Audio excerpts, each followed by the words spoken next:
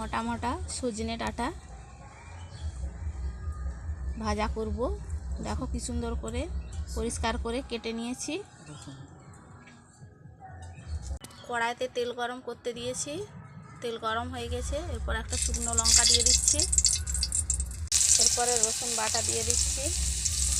কড়াইতে রসুনটা ভাজা হচ্ছে, ভালো করে নেড়ে ভেজে নিচ্ছি।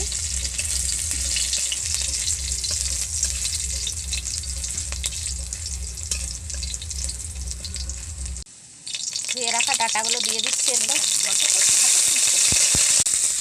ডাঁটাগুলো ভেজে নিচ্ছি। এরপরে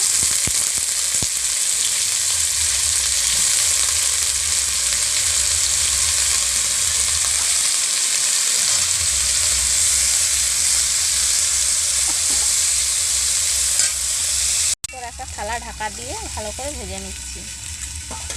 গোটা জিরা আর গোটা লঙ্কা একটা ডাবুই করে শুকনো খোলায় ভেজে নিচ্ছি। আমার গোটা জিরা লঙ্কাটা শুকনো খোলায় ভাজা হয়ে গিয়েছে। এরপর গুঁড়ো করে নেব।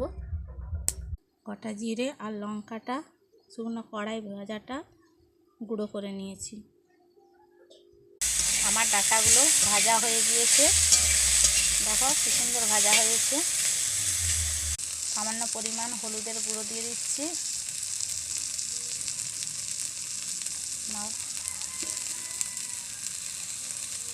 সামান্য পরিমাণ নুন দিয়ে দিচ্ছি। ভালো করে নেড়ে চেড়ে ভেজে নিচ্ছি।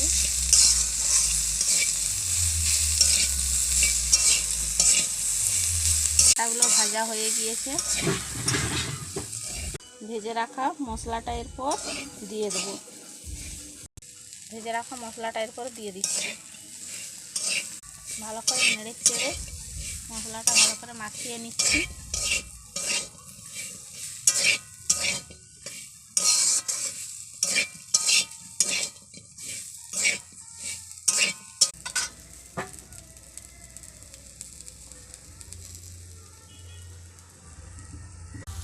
আমার ডাঁটাগুলো ভাজা হয়ে গিয়েছে, দেখো কি সুন্দর ভাজা হয়েছে। এরপর তুলে নেব একটি পাত্রে। খেতে দারুণ লাগবে এই ডাঁটাগুলো। তরকারিতে জিরা ভাজা।